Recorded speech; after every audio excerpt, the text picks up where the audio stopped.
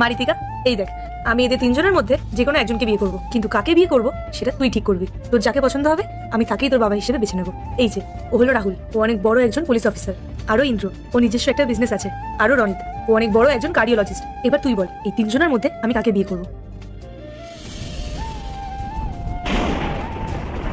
পায়েল, এটা কি ধরনের অসভ্যতা? ওর এত বড় সাহস, ও আমার গায়ে কুশন ছুঁড়ে মারলো। আমি কিন্তু এই সমস্ত জিনিস একদম পছন্দ করি না। ঋতিকা, এটা কি করলি তুই? এভাবে কেউ বড়দের গায়ে কিছু ছুড়ে মারে? বড়দের সঙ্গে কিভাবে ব্যবহার করতে হয় সেই শিক্ষাটুকু কি দাওনি তোমার মেয়েকে? ঋতিকা, এখনই সরি বল আঙ্কেলকে। ঋতিকা, তুই কি পাগল হয়ে গেছিস? আমি এই শিক্ষা দিয়েছি তোকে? এই তো সাহস তো কম না।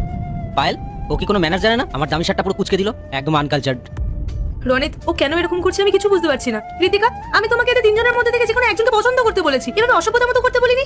আমার তো মনে হয় না ও ঠিকমতো শিক্ষা কিংবা সংস্কার পেয়েছে বলে। আমি একজন পুলিশ অফিসার, ও আমার সঙ্গে এরকম করলো। ডাক্তারবাবুর সঙ্গে ঠিক একই কাজটাই করলো।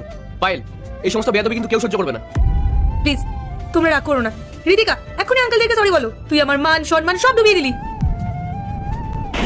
দেখেছো, ও ওনার সাথেও এরকম করলো। আমার মনে হয় না এই মেয়েটার মাথাটাই খারাপ হয়ে গেছে। আপনারা এইটুকুনি একটা বিষয় নিয়ে রিয়াক্ট করছেন কেন? সামান্য তারা কুশানি ছুড়েছে, ইট পাথর তো ছড়েনি। আমার মনে হয় ঋতিকা এরকম কেন করছে সেটা জানা প্রয়োজন। এইটুকু বাচ্চার উপর এইভাবে চিৎকার করা ঠিক না। আর পায়েল, তুমি তোর মা, তোমার তো বিষয়টা জানা উচিত ছিল যে ও কেন এরকম করছে। ঋতিকা, তোর কি কোনো সমস্যা হচ্ছে? তাহলে তুই আমায় বলতে পারিস। মা, তোমার সাথে আমার কিছু কথা আছে। ঠিক আছে, এক্সকিউজ মি, আয়। আল্লাহর নামটি দেখে যে এড়িয়ে যাবে তার মনের ইচ্ছা কখনোই পূরণ হবে না। তাই আল্লাহর এই নামটির জন্য একটি লাইক এবং সাবস্ক্রাইব করে যাও। আমার মেয়ে ইন্দ্রকে চুজ করেছে। Thank you Ritika.